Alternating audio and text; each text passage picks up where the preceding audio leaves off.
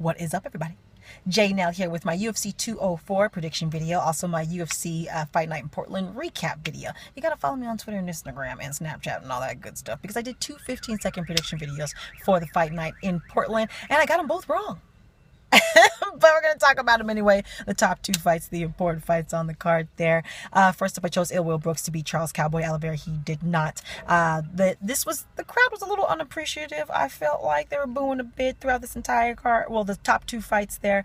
I think we expected an explosive stand-up fight. We didn't get that. This was more of a stand-up wrestling battle. A lot of position battling against the fence and hand checking and head checking and level changes. There were some takedowns on both ends. I think Will got more takedowns. When they did separate, they would unleash bombs and both landed some. So it was a lot of tension, a lot of body. You could hear them moving up against each other, up against the fence. And I thought there was a lot of anxiety watching to see who would get the upper hand first. So I liked it, but I thought the crowd was a little unappreciative of what they were watching.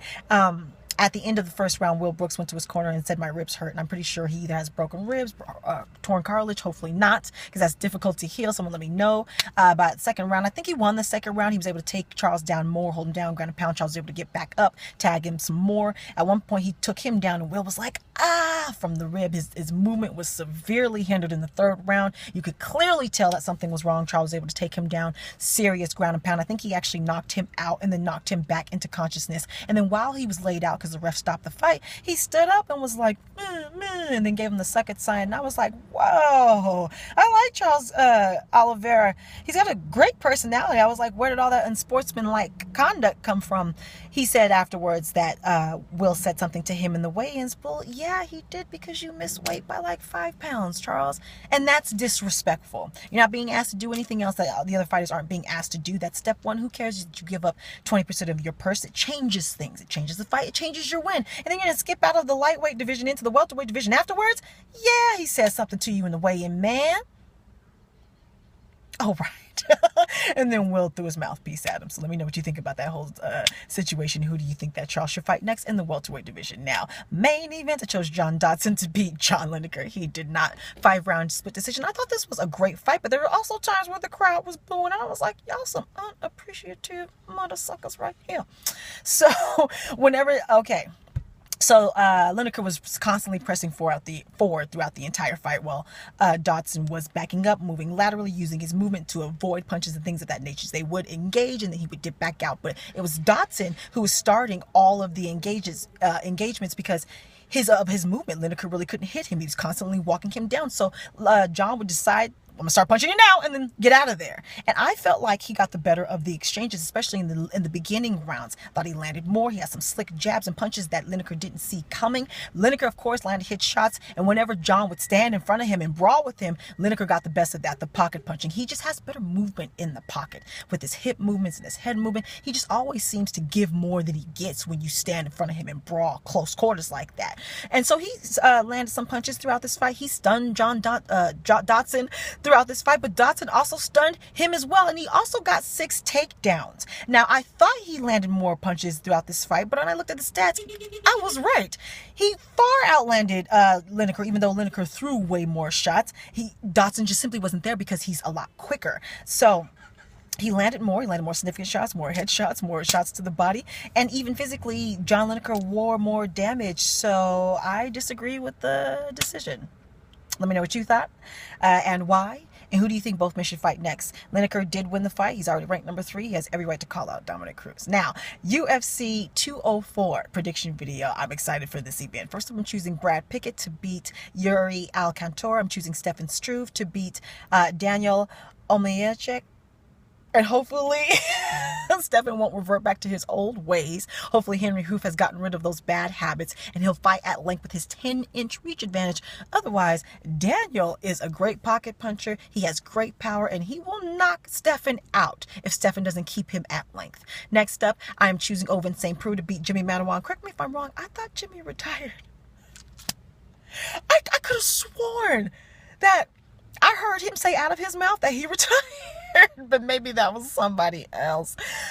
Jimmy, to me, Owens has all of the physical advantages. I think he's faster, stronger. I think he's physically more agile, more athletic. He's soaking things up as a sponge. However, mentally, he still has lapses because he's coming to the fight game late. That's why he's younger in fight years, actually. So physically, it's a good thing. But mentally, he still makes kind of like rookie mistakes. Sometimes he doesn't improve in the necessary areas. And someone like Jimmy Manuwa will take advantage of that. He has slick submissions, slick boxing. You know, he can get him off kilter and off rhythm early and have him rolling, you know. But I do think that Ovince St. Preux will win that fight, so I'm choosing him. Now, co-main event, we have Vitor Belfort taking on Gegard Mousasi. Kind of going back and forth about this one. Gegard Mousasi, he's really solid all the way around. Strikeforce light heavyweight champion. Vitor, of course, is ex-UFC champion. I don't know what the metaphor is, but it's like an old dying lion's last gasp. That's when he's at his most dangerous, or something like that. I know I messed that up, but that's what Vitor Belfort reminds me of. Yes, he's 39 years old. Yes, he's even older in 5 years because he's gone through some wars, has issues with all kinds of things. So he's older in 5 years. But when you can kick somebody in the face, he can always take you out. He's got slick submissions. He could always submit you. So Vitor's just like, yeah, he's old. Yeah, he's in the winter of his career. And yeah, he's not as durable, but he can still beat you. And because he has a big name, big following, he'll still be in the title talk. So that's what it is with Vitor Belfort, of course, the black belt in Brazilian Jiu-Jitsu. And he's really taken on the Muay Thai and the kickboxing lately.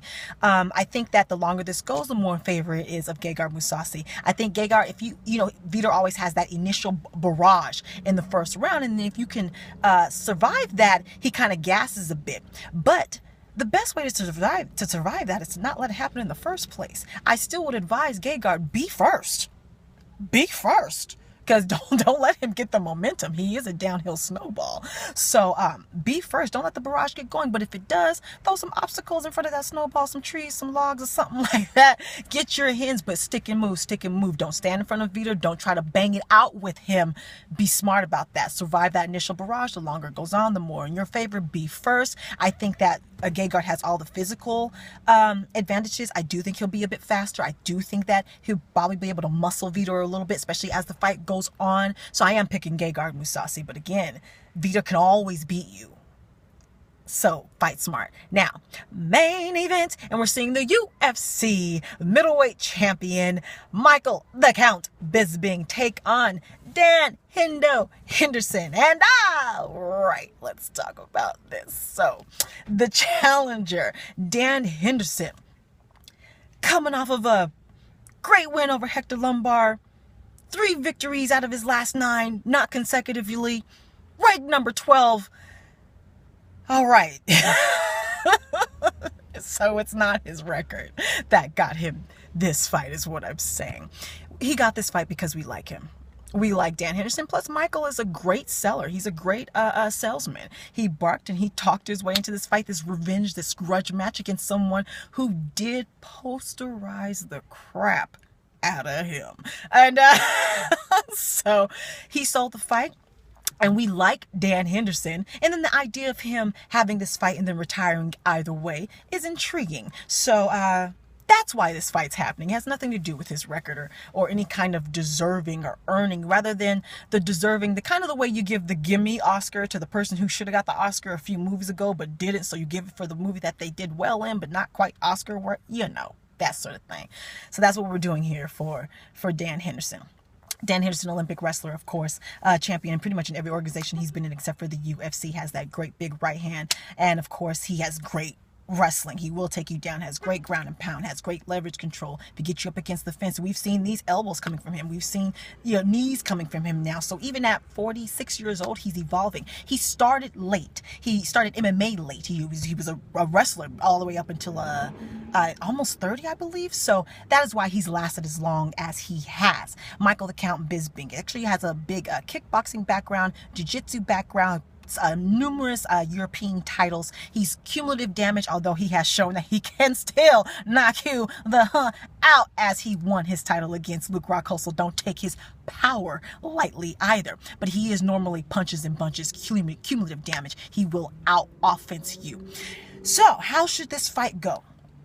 Michael's probably going to start first. You don't want that to happen if you're Hendo, but he probably is going to start first. I think it's going to stay on his feet. Michael has great takedown defense, and if he's tagging you while you're coming in, if you're not smart about it, if he doesn't disguise his takedowns, if he doesn't use all of his tools, I think he might end up chasing Michael Bisping. The longer the fight goes on, I think the more in favor of Bisping. I think Bisping has better cardio, not only just than Hendo, but then most fighters. Actually, he's known for his cardio. So the longer this goes, I think the more in favor of Michael. I think he'll begin to pull away with his offense. If he isn't able to knock him out, he'll seriously be able to outpoint him. Of course, Hendo has that big right hand, and he can take that. If that connects, he can knock him out just like he did the last time the power doesn't go. But he's gonna have to be on his best night. I think he's gonna have to use all of his tools. I think he's gonna have to see some things we haven't seen from him before. Give us some kicks, be like Cain Velasquez, give us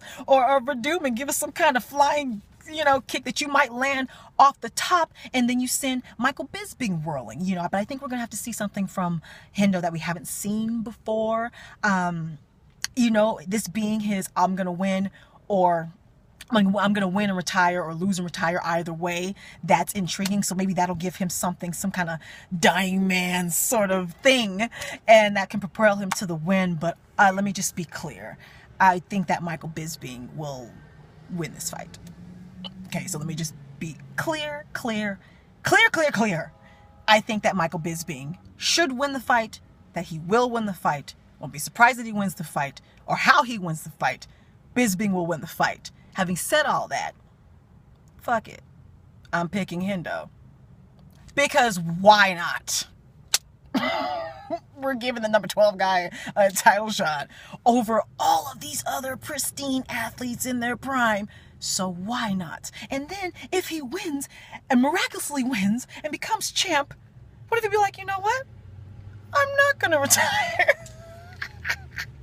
I love the drama. Y'all know that. So sorry I swore earlier. My bad. My nieces and stuff be watching the videos. My bad. But shoot. Hendo! Alright. Let me know your picks, any injury updates. Let me know how you did on the UFC Fight Night Portland card. Any injury updates or anything you want to say about that. How you felt about the controversy and all that. And like I said, I disagree with that main event decision. Let me know your picks, and let me know what you think about Hendo getting this fight. Let me know what you think about... It's a stat card, so... talk to me. Follow me on Twitter and Instagram, where I will have 15-second predictions and recap videos. I'm on Snapchat now. Subscribe, like, talk to me, take care, and goodbye.